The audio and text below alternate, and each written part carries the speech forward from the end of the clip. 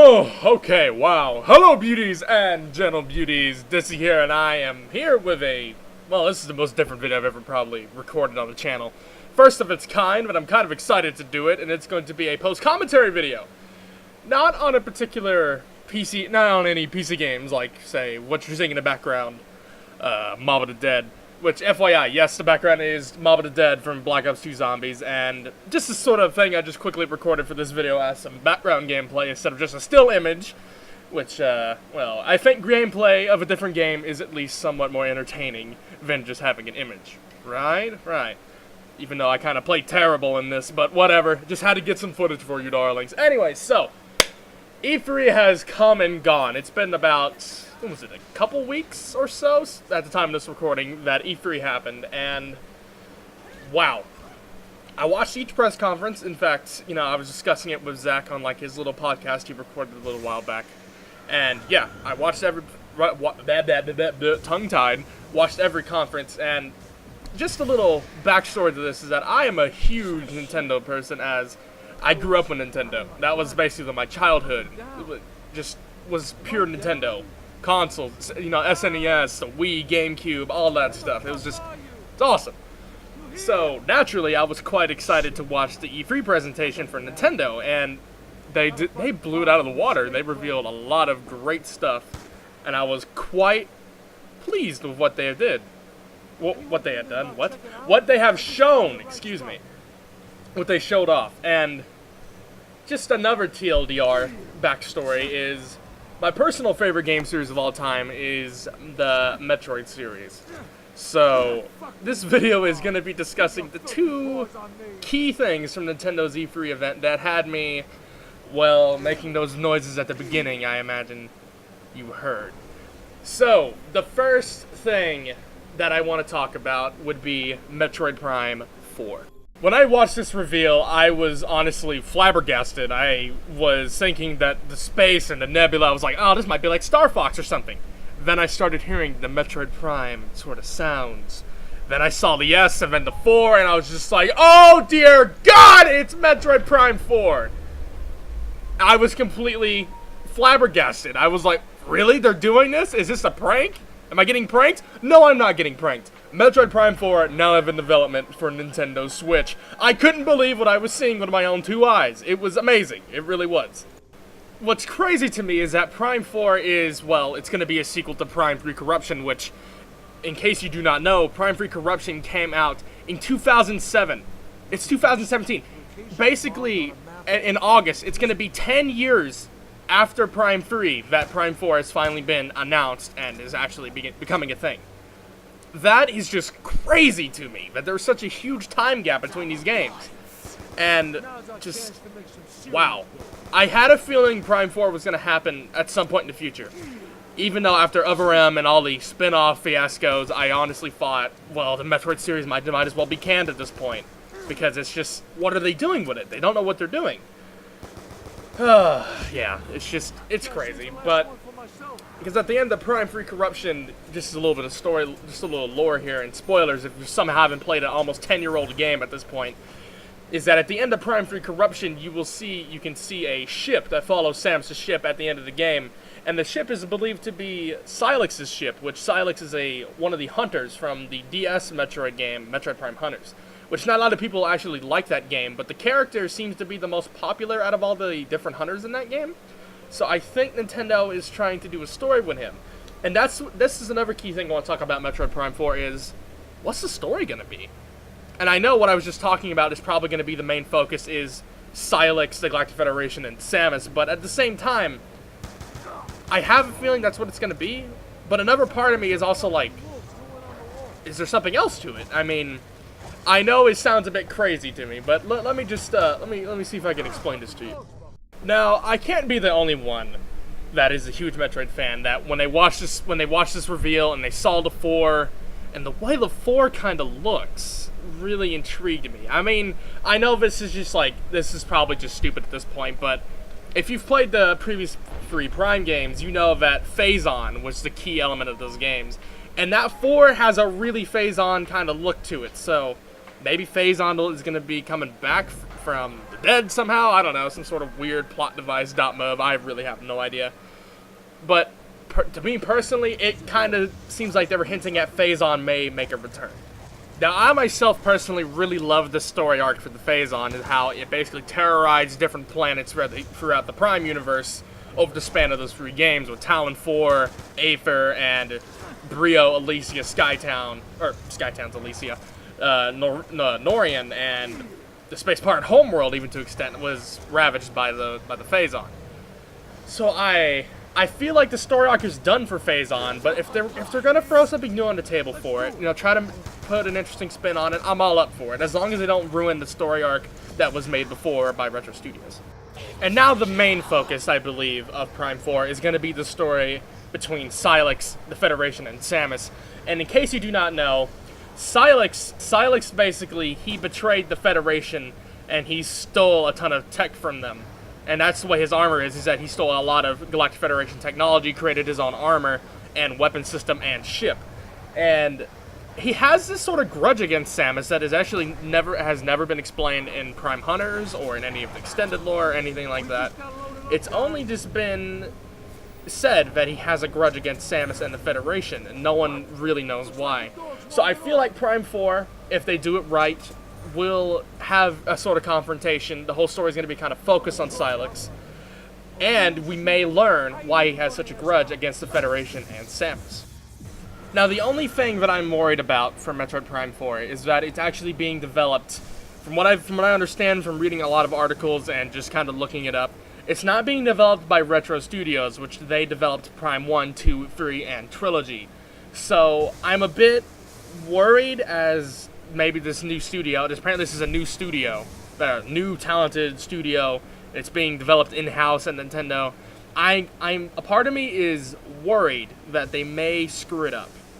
And I'm not saying that because it's not retro, it's not going to be good. No. What I'm saying is that I'm just fearful that they may mess up the formula and not get the experience that Retro Studios created themselves. Not all the immersion, how smoothly they translated the Metroid series into 3D. The atmosphere and stuff may be lost, just depending on how they handle Prime 4. If they make, Prime 4 just this pure action-y game, like say, Other M, which we don't talk about Other M. But I'm just worried. I'm optimistic about the game, but I'm also worried that there could be some problem in development where they just kind of mess up the formula for the Prime games. And I really hope that doesn't happen, because I really want this game to be successful. Because, good lord, darlings, Metroid deserves it, right? I mean, Metroid is just one of those series that you hear a lot of people talk about, but it's just like, it doesn't sell well. It's just like, guys, come on. Buy more games that actually deserve it. Not, Other M or, all that spin-off stuff. Your wallet is how you decide what the company is going to do. Trust me. And on the other side of the coin with this new studio, I'm also intrigued as to what they're going to do. I mean, like I said, they could either just make it pure action like Other M, or they can take action to the sideline and focus more on immersion, getting you immersed into the world, all that beautiful stuff that the Prime trilogy managed to do, while also having really, really fun combat and boss fights and enemy designs. Just everything was exquisitely done. And I believe that is the key essence of Metroid, is not necessarily the gameplay. I mean, the gameplay is always very important in every single video game. That's the main focus. That's how you play. But I feel like Metroid has always been more focused on getting a certain tone, a certain atmosphere, and always immersing you as best as possible. The 2D games didn't really do this well because, well, they're 2D games. You can't really get too immersed into a two-dimensional game where you're clearly playing a video game. You know how it feels. And then you go to the Prime series, which at the time, when Metroid Prime 1 came out in 2002, nobody liked it. Everybody thought that it was a stupid design choice, and people thought it was the worst thing they could have ever done to Metroid was put it in a first-person perspective and make it a first-person shooter. Whoa, first-person action like Halo. That's not what Metroid Prime is. Metroid Prime is a person action adventure game. It's not meant to be focused on just shooting. That's what Metroid Prime Hunters is for. Prime Trilogy is meant to immerse you into the world and make you feel that you are truly alone on an isolated planet. And that's what Prime does best, is also, I just got wrecked in the background. That's what Prime does best, is immersing you into the world, making you feel like you are completely alone.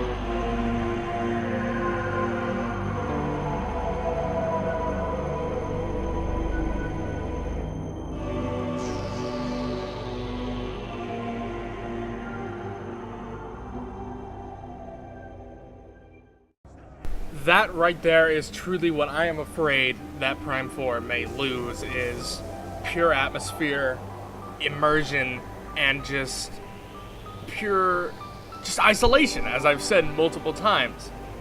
That right there is what made the Prime trilogy great, besides, everything else about Prime was great. That was the main thing that was amazing about it, is how atmospheric it was. How you could just basically become one with the game. Like, just turn the lights off, sit down, forget about the world around you, and just become one with Talon 4 or whatever game's planet you were playing. It's truly a magical experience that I think you can only imagine if you play it yourself, really. And that is really my hopes for Metroid Prime 4, is that they retain the great style that Retro Studios nailed right on the head with Prime 1, 2, and 3. I'm just hoping that is retained, and then they can add something new to the Metroid formula in a way without, completely destroying everything like Other M did. Keep it tame, keep the gameplay mechanics of Prime 2, 1, and 3. Just make sure you get that atmosphere right. I want to feel like I'm part of that world, or worlds, whatever they do to Prime 4. I want to feel like I am immersed fully. That's what I really want from Prime 4. And that's why I'm so excited for it, is that can happen. I could relive those same experiences the first time again with the three Prime games. It could be like my childhood all over again. That's what I'm saying. It's just, I'm hoping that it's that way. That's why I'm looking forward to it. And that's probably the only reason I'm going to buy a Nintendo Switch is... that's not the only reason, but that's basically the main reason, is Metroid Prime 4. And I'm really hoping that they nail it down. They don't mess it up. They don't do another M with it. Make Samus a whiny post-traumatic stress disorder, even though I killed Ridley like 7 times before this game, woman. And just do it right. Give Metroid Prime justice. And just a side note is that my personal favorite, intro and Prime game is Metroid Prime 2 Echoes. I suppose I'll show off a clip of it here in a second, just kind of showing you what I mean. You may not understand the way I feel, but I still just want to show you. It's a really cool one. And after that little clip, just a little showcase, I'm going to go ahead and discuss something else that happened at Nintendo Z3 that blew my mind.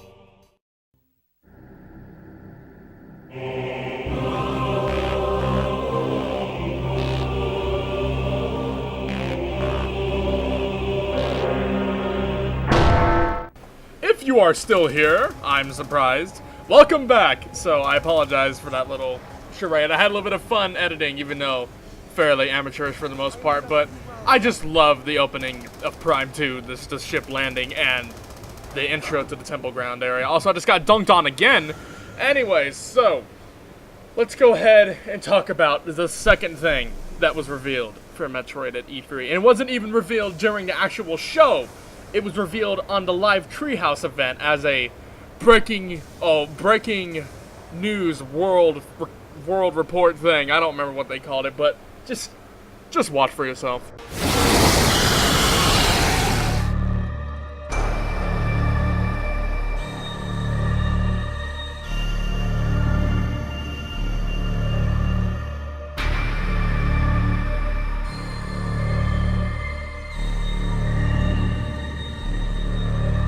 Dear God, I shat my pants and then some when I saw that reveal trailer. I was like, whoa! Another Metroid game! And this one is the 2D Metroid game.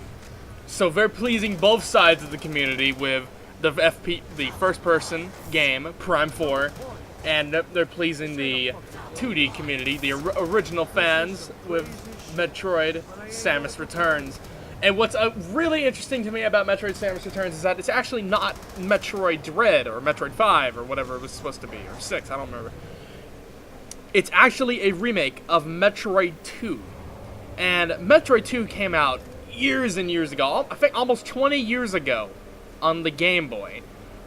And a fan-made remake of it was being made called AM2R, another Metroid 2 remake.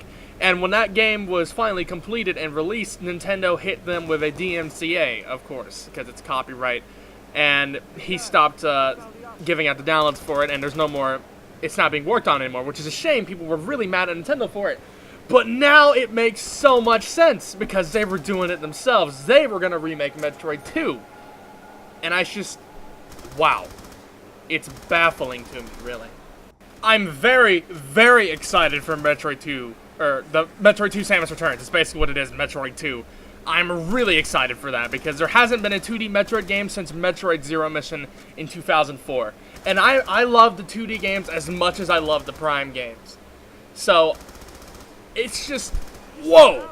I literally sat back in my chair and I'm like, it's been so long since they released, or they're going to be releasing 2 Metroid games, like, near each other. Prime 4, we don't know the release date, but Metroid 2 Return to Samus, at the time this being recorded on June 24th, that's coming out in a couple months, September 15th. I cannot wait. I'm going to be buying that on launch. It's amazing to me. There hasn't been 2 Metroid games in that close of a time span since 2002, with Metroid Prime and Metroid Fusion coming out at basically the same day, I believe. That's crazy. It's just, I felt like I was in a completely different universe. It's like, am I dreaming? Is this happening? Is Nintendo actually doing this? I'm so happy that they're actually doing this. I really am. And they honestly picked probably the game that needed it the most. Metroid Zero Mission was already a remake of Metroid 1. So it was only natural, I think, that they were going to remake Metroid 2, as you cannot really play Metroid 2. It has not aged well at all. There's no map function. The controls are stiff. It's on the Game Boy. AM2R was basically the only thing that you could play to get a remade Metroid 2 experience, but now Nintendo has taken up the car. They're driving it at full speed. They just slammed into the hype train and was like, yo, about that Metroid 2.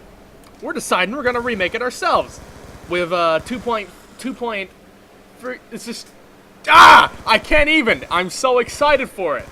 I can't even words properly. I'm so excited. They hype trained me. They got me hyped.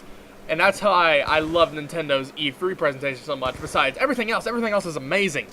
But they brought Metroid back. They brought my childhood back. That's exactly what they did. And with that, that's gonna have to do for this video. So that's basically my thoughts on Metroid, not on Metroid Prime 4 and the Metroid Samus Returns reveal. I am very excited for both games. Cautiously optimistic for Prime 4. I've already seen gameplay of Samus Returns. It looks amazing. I'm gonna buy that day one. Prime 4, I'm gonna see what they're gonna do with it. Hopefully we can get some gameplay of it sometime soon. Probably, maybe near the end of the year we might get some, I imagine. But likewise, I'm excited through and through. Nintendo got me hooked. And honestly, I kind of feel bad for some of the other series that also kind of deserve the same treatment. F-Zero, Star Fox. Star Fox, they kind of did, but it didn't really work because the game was not that good. That's a shame.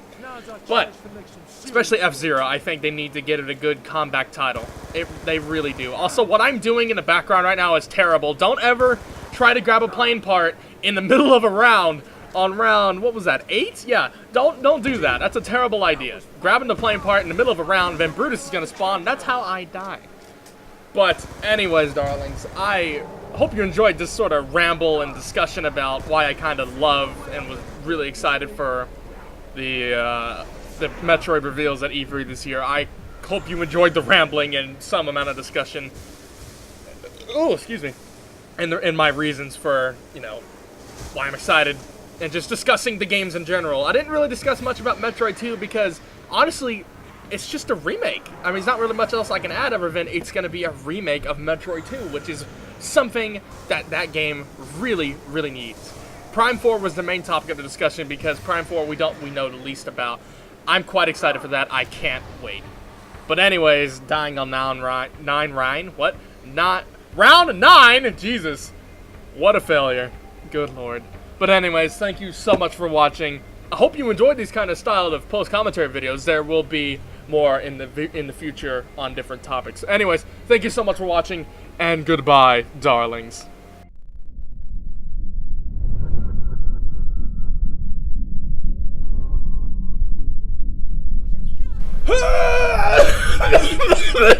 Oh god. Oh god. Ow, blooper, Jesus Christ, ow. Prime 4, yay! Yeah!